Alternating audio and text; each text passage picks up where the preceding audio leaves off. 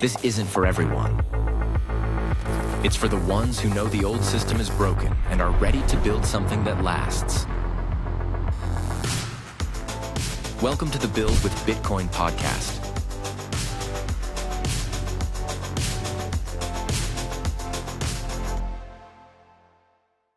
Welcome to another highlights episode where Lynn and I, co-hosts of the Build with Bitcoin podcast, do a summary for our listeners of the most recent 5 conversations we've had. And in this recent set, we have Rob Hamilton on from Anchor Watch. That's in the insurance and custody side of things. We have Brianna, founder of Evento and Hack for Freedom. We have Sanjay building a solution for the real estate sector, specifically how to use home equity to tap into different Bitcoin investment products. We have Jeff Booth, who joined us to celebrate our 100th episode. So that was a particularly exciting milestone for us. And then we finish up with Fernando as well, who is founder of Perception. So we have quite a bit to get into. Lynn, what would you say the basic framing for this set of 5 is?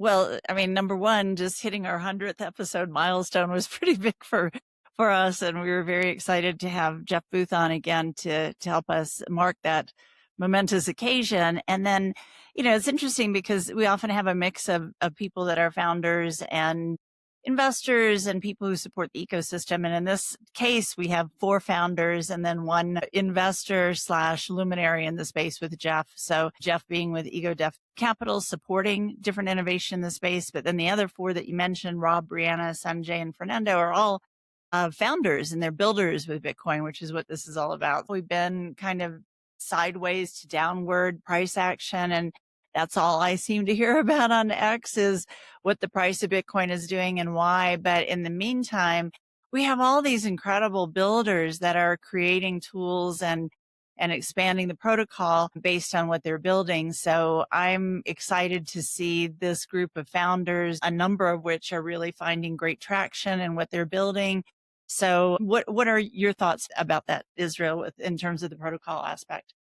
The main framework here is from Jeff Booth, who talks extensively about this in the episode that we have with him about looking at Bitcoin and how it's very important to, especially when we're looking at short-term distractions like you're talking about, Lynn. I mean, the current sentiment is a bit soured, and people are just kind of wondering, what happened to Bitcoin? It's just kind of been sitting there while all these other assets are having their moment. And this is when I think it's very important to remember what Jeff talks about a lot, which is that Bitcoin is a protocol. So you have to look at it as this foundational layer that's going to take time. And I mean, considering it's actually moving pretty quickly, but the build out from that protocol is it's at the very early stages, of course. And Jeff specifically, he points towards the internet in 1969. I mean, his main point there being that the TCP/IP protocol was layer 1, right? It's just the basic foundation from which so much innovation in the following, now 50 years has sprouted, and our entire global economy basically runs on the internet now. And that took time and layers to build out, right? So he's kind of juxtaposing that to this value transfer protocol, which is Bitcoin, being built out in layers. So in this set of 5, for example, you take the other 4 founders, and they're all through different lenses and through different applications, living and breathing proof of that they identified a strong foundation to build on. And from there, you have different insurance or custody solutions. You have a home equity product. You have an event and payment solution, etc. So, I mean, the main takeaway for me to start this off with is this protocol, not just, a stock ticker idea, which is so important to grasp. It's so important. And I think the other conversation to highlight on this point would be the one with Rob from Anchor Watch, because Rob's an engineer, and that conversation gets into a little bit more of the technicality too. But, as you and I have both been around Bitcoin since the early days, and we saw the, kind of the evolution of other protocols to fix Bitcoin or to make it more programmable with Ethereum, starting with Ethereum, then some of the others that, that addressed what were perceived as problems and the ability to build on Bitcoin. But, the reality is that there's so much that you can do with Bitcoin. And Rob proves this with the use of Miniscript, which is a programmability of Bitcoin for, taking time locks and allowing certain events to happen on Bitcoin in the future. And so he gets into some of this technicality. So for anyone who's curious about exactly how programmable is Bitcoin in terms of being able to create other solutions, and why would you continue to choose Bitcoin versus other blockchains or centralized protocols, this really answers that question and points it out. They're finding very creative solutions to do relatively basic programming, but the implications are massive, right? So, yeah, absolutely. And I think that's another discussion point we'll get into shortly. But another one of the insights I think that kind of comes out from this specific set of 5 is the rapid adoption in the global South, right? This concept of emerging markets getting the concept of Bitcoin quicker, and quite honestly, also just needing Bitcoin more, right? And so they kind of go hand in hand. Jeff makes mention to a specific portfolio company of theirs, and the transaction volumes are just absolutely massive in Africa. I'm watching people from first world nations say this is never going to work. Okay. Right. But it's working. I'm not trying to prove that it's working. It's working, and lots of people are using it. If you saw some of the value that we invested in an African company that did 2.6 billion in payments in 2025, will probably do 6 billion this year. And the year before it did 800 million in Bitcoin and Lightning, some stablecoin too, but they are a Bitcoin. They think in Bitcoin, and they're using the stable coin, which is probably about 70%, to move more people to understand Bitcoin.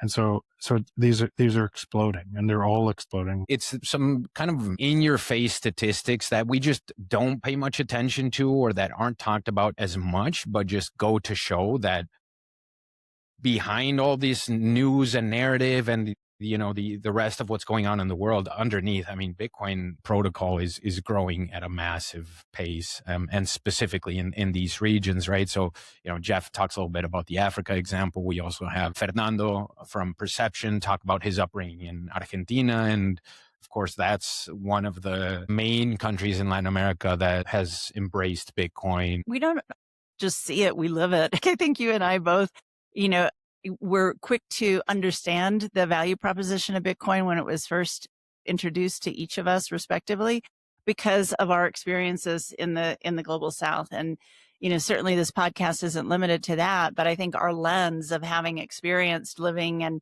transacting in the global South, Mexico specifically, just gave us a kind of a more inherent understanding of it. And so, yes. And so we continue to see that with a lot of the builders that we talk to, is that some of the tools that are being created for these particular markets are more utilitarian, and they are more based on, transactions. So one of the conversations in this group that I really want to call out is Brianna with her project Hack for Freedom, because she's really chosen to focus on some of these more challenging areas, but also training women developers by helping them hack solutions or applications that solve problems that they're in real need in Nigeria and in other parts of the African continent. She's really helping train the next generation of users. This topic, one other stat that kind of surprised me was from the Silvana episode with Sanjay, where he brings up the strong cultural connection from India to gold and hard money. And I had no idea, but Sanjay brings up this point that it's estimated that Indian households may own more gold than the top central banks combined. I've seen studies. It's very hard to know this for sure, but I've seen studies that show Indian households own more gold than the top 3 or 4 central banks combined. So even compared to central banks. Indians own a lot of gold.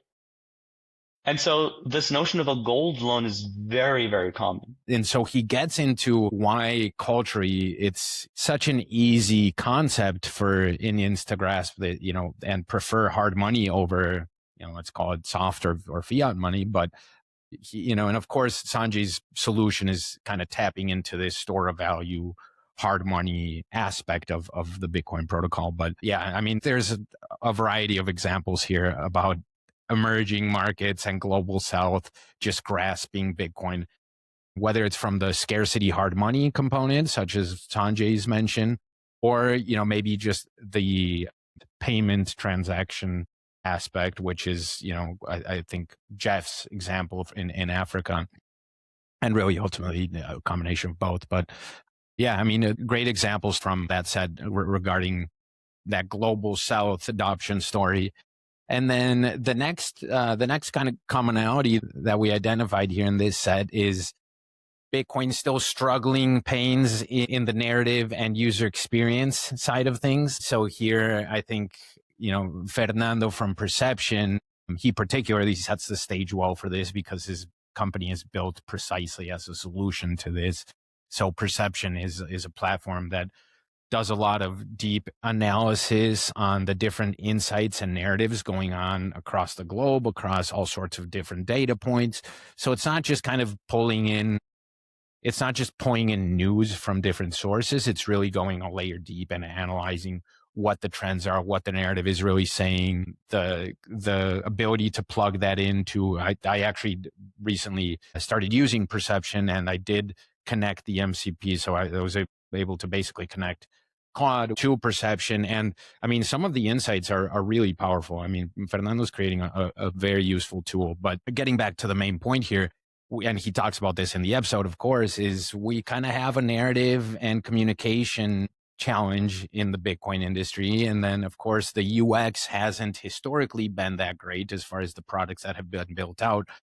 But there's progress being made, right? So what are some of your thoughts on this particular topic? I really agree with this one. And I feel that sometimes it's so hard for me to help onboard people, my friends and family, but I wonder if it's because the early adopters to Bitcoin were cryptographers and, very deep tech specialty people. So they created tools and onboarding ramps that fit their needs that they understood. But, when you broaden out the access to it, how are more people going to find it easy to onboard into Bitcoin? And we're doing a better job, but that's why I think having people like Fernando and Brianna, both Fernando and Brianna come from more less technical and more marketing backgrounds or different aspects of being part of the Bitcoin ecosystem, deeply involved in Bitcoin, but just not from the engineering background that someone like Rob brings to the table and even Sanjay. But you have these people who are, more focused on the usability, the interface, helping create tools that are more friendly for a broader amount of people. And that's where the real magic happens. So I love to see this mix in this group of 5 because we have some very technical people involved. And then we have some people who have come from how do I make this more accessible and more usable to a greater number of people. So I think that helps encourage more individuals that may think, oh, I can't be part of a Bitcoin company because I'm not technical enough or my learning curve's not up to speed. I think even those who are new to Bitcoin can really add quite a bit to it because they bring a different perspective. These products are just coming to market, right? And some of these companies are doing precisely that, right? Fixing some of these UX challenges. So yeah, I mean, that was an interesting commonality across the board as well. And then another topic, which we touched on earlier, was Bitcoin's programmability is still, and the big theme there, I think, is just the fact that it's still massively underbuilt, right? I mean, we're just unlocking Bitcoin's programmable features as well. And that can come through base protocol programmability functionality, such as what AnchorWatch is doing with Miniscript, or it can come through at more advanced programmability being built on top of other layer 2 solutions, of course, all anchoring and still building on the Bitcoin protocol, right? So back to that layering concept.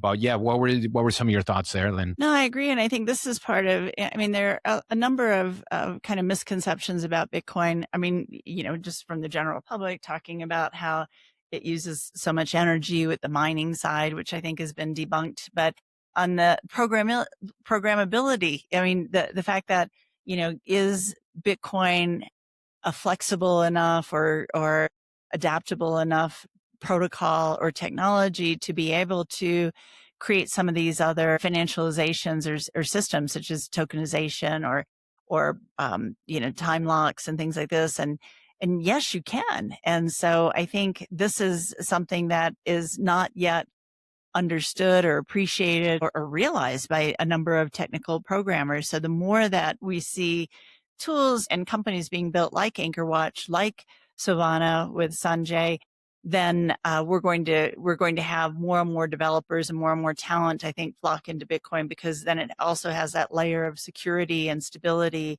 and decentralization that anchor it, that are so important in the creation of this totally new financial system that I think is more equitable and fair. So I love this. And I think it's part of our mission is to help share the knowledge that, yes, you can do so much on the Bitcoin protocol. And by pointing out some of the examples of these founders that are building with Bitcoin, to create these solutions is what I think is really important about what we're doing here. And the final commonality or topic is the concept of AI accelerating Bitcoin's deflationary nature. So this is kind of I would say, deeper topic. The last year or two has been absolutely massive as far as people realizing the potential and power of AI, and things are just accelerating at a very big pace. And this concept of AI kind of magnifying Bitcoin's deflationary role here it's a very interesting and powerful one. We have talked a lot about Bitcoin being the chosen medium of exchange for AI agents as we see the evolution of agentic AI. But something that we really haven't talked about that much, which is what you're bringing up here and that Jeff talked about extensively in our interview with him, is the deflationary nature of AI and how that does tie into Bitcoin. So I hadn't really connected that thread. It's like, yes, I think adoption will be increased by AI agents choosing to use Bitcoin over other currencies because they can and because it's a native internet currency. But it's like the deflation aspect of what AI will bring to the world in terms of advancements in technology couples perfectly with Bitcoin's scarce supply. So it's like the two together are a really powerful force that I had not really thought of in that way before. So I think anyone who wants to explore how that can interact I'd really encourage to listen to Jeff's episode. I think that's ultimately it, right? I mean, AI is just an efficiency booster, of course, magnified and in a very massive way, but it just further untaps the basic true free market competition dynamics, and things just have to continue getting cheaper and more accessible, and that's deflation of technology, right? And then also, I mean, just beyond the big picture thinking that Jeff brings out and that combination, I mean, what we're seeing is our founders that we're speaking with really utilizing AI quite a bit, like Fernando from Perception. He's a solo founder. So we're finding this, and the majority of our conversations with founders and it's almost a question that we love to ask now, is how are you using AI in the development of your company as a founder, as a CEO in this new age? So, not only is it deflationary from the standpoint that it improves kind of globally what we're able to do, but from a founder specific way, anyone who's looking to build a Bitcoin or a Bitcoin company or any company right now can really utilize AI to help improve their efficiency and make gains in a much more rapid way than they have been in the past. Yeah, the great points, because I think especially in the last year or so, probably 90% of the founders and startups that we talk to are leading heavily into all of these new efficiency gains coming from AI. So, yeah, I mean, maybe closing things up here, the main takeaways from our perspective of these last 5 conversations are Bitcoin, the protocol is compounding in layers. The communities that have the most to gain are kind of the ones that are moving quickest towards this protocol. We still have some narrative and UX challenges in the Bitcoin ecosystem. However, they are starting to be addressed. The programmability of Bitcoin is just starting to get kind of untapped and plugged into. And AI and Bitcoin are quickly converging. So those are kind of the common themes from these recent conversations. And again, to your point earlier, Lynn, exciting milestone, seeing over 100 episodes since we started covering the space. And it again goes to show that there's a lot being built on top of this protocol. So we talked about this a little bit before, but you and I are hosting the Meet to Tech Talks this year, October 25th to 27th in Punta Mita, and 3 of our guests from these episodes will be speakers. So we'll have Brianna, Sanjay, and Jeff Booth joining us at the Meet to Tech Talk. So for anyone who's interested in coming, it's limited to 125 people, so very intimate summit where we're beachside, we're talking with everybody. There are more conversations about the intersection of Bitcoin, energy, and AI. And I love seeing that three of the episodes that we had in this highlights episode, those speakers will be joining us at Meet to Tech Talks. Yeah, 100%. If you enjoyed what we cover on the podcast, you are highly encouraged to join us in Punta Mita in October. It'll be some deep conversations and an excellent setting to get into all of these topics and how these technologies are converging. So we welcome anyone to visit meetatechtalks.com. And that being said, look forward to the next highlights.